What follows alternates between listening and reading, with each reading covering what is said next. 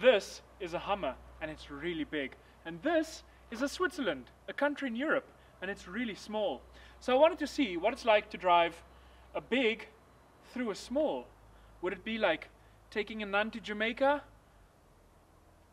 Anyway, I borrowed this car from my friend, Sam, who happens to be American, and I'll let him introduce himself.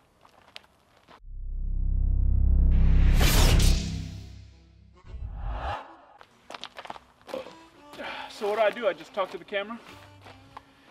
What up? My name is Sam, and I have a big penis because I drive a Hummer. This here is my Hummer. It's actually for sale at Alaman Performance here in Sweden, Switzerland, which is in Europe. You know, I don't recommend going to Asia because I mean, Europe is nice and all, but it's probably the only nice country in Asia. You know what I'm saying?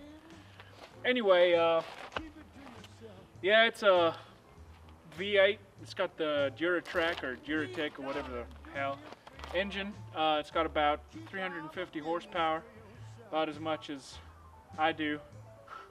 Ladies, you want to hit me up, then, you know, just write it in the comments and all that. Yeah, so he's going to drive it through the roads. It's actually okay. It's not too difficult to drive around, you know, this place.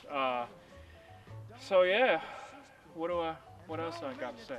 Is that it? Yeah.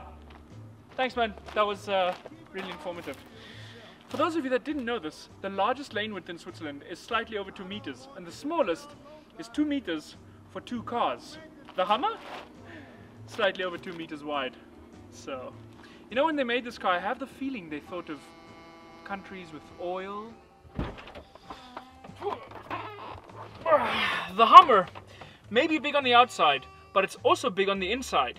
Everything in here is only the finest fake material. Like this squeaking center console that is so big I could store the entire contents of my fridge in here. And the rear has climate control that they can control individually. Your passengers, it's in a different time zone, and if you want to adjust the vent over there, well, you can't. Want to take something out the glove box? You can't. So, but this is, after all, a big off-roader. It was made to go off-road, it was made for rugged terrain, and for that, it does actually have quite a premium feel. Everything is nice quality in here.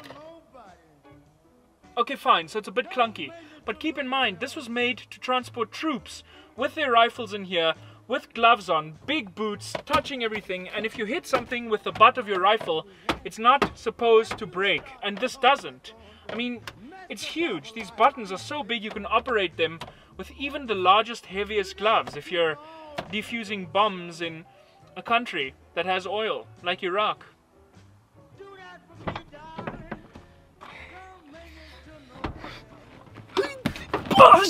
So, in the original Humvee, this would be a center-mounted turret that looks out the top, and you can go pew pew on all the poor sheep farmers who are literally just trying to make a living and have Soviet-era weapons.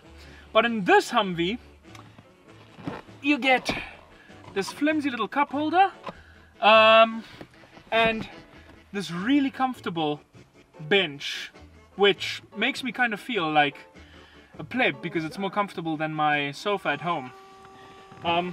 You get this beautiful center console thing, and it has individual seat heaters at the back. Now imagine that. You can heat your ass at the back here individually from that guy. And if he doesn't want to, he doesn't have to. He can switch it off. Because it's a free country. And that's all that this car is about. It's freedom. And showing everybody you got a big PP too, also, right? The one thing I don't understand is you can switch the radio on or off at the back here. And I don't know if that means the radio for the whole car, or if it's just so big that you can listen to your own radio here and they can listen to their radio at the front there. Now, looking around the car on the outside, you have a lot of armored car kind of features, like this plastic covered metal bumper in case you have to reverse into some bad Arabs, and this one in case you have to tow the friendly Arabs.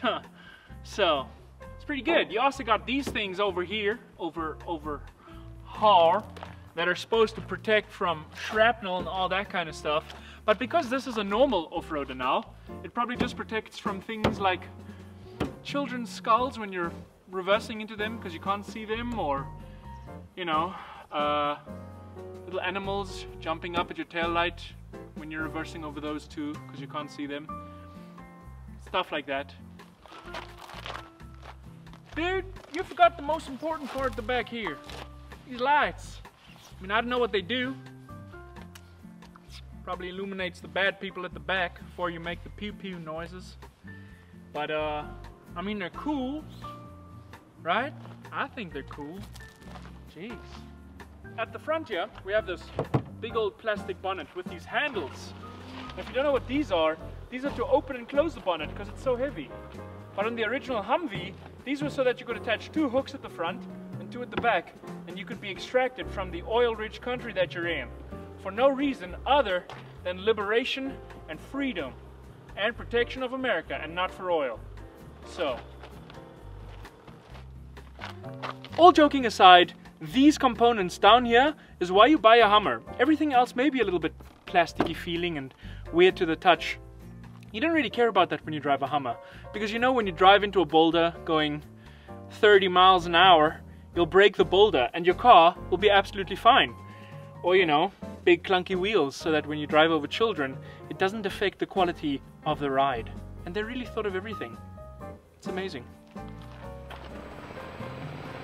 So the cool thing about this is that the windows are really small, so you can stick your head out, you know, just like look where you're going if you're going off road and all that kind of stuff. It's pretty convenient. Oh man. Yeah, you like, huh? Oh no. What? What do you mean? I'm so sorry. For what do you what? For what? I'm so sorry for your penis size. What do you mean? I got a... Hey, I got a big penis! I'm so sorry, man. I got a head! I got a big penis! And with that said, I think it's time we take it for a drive.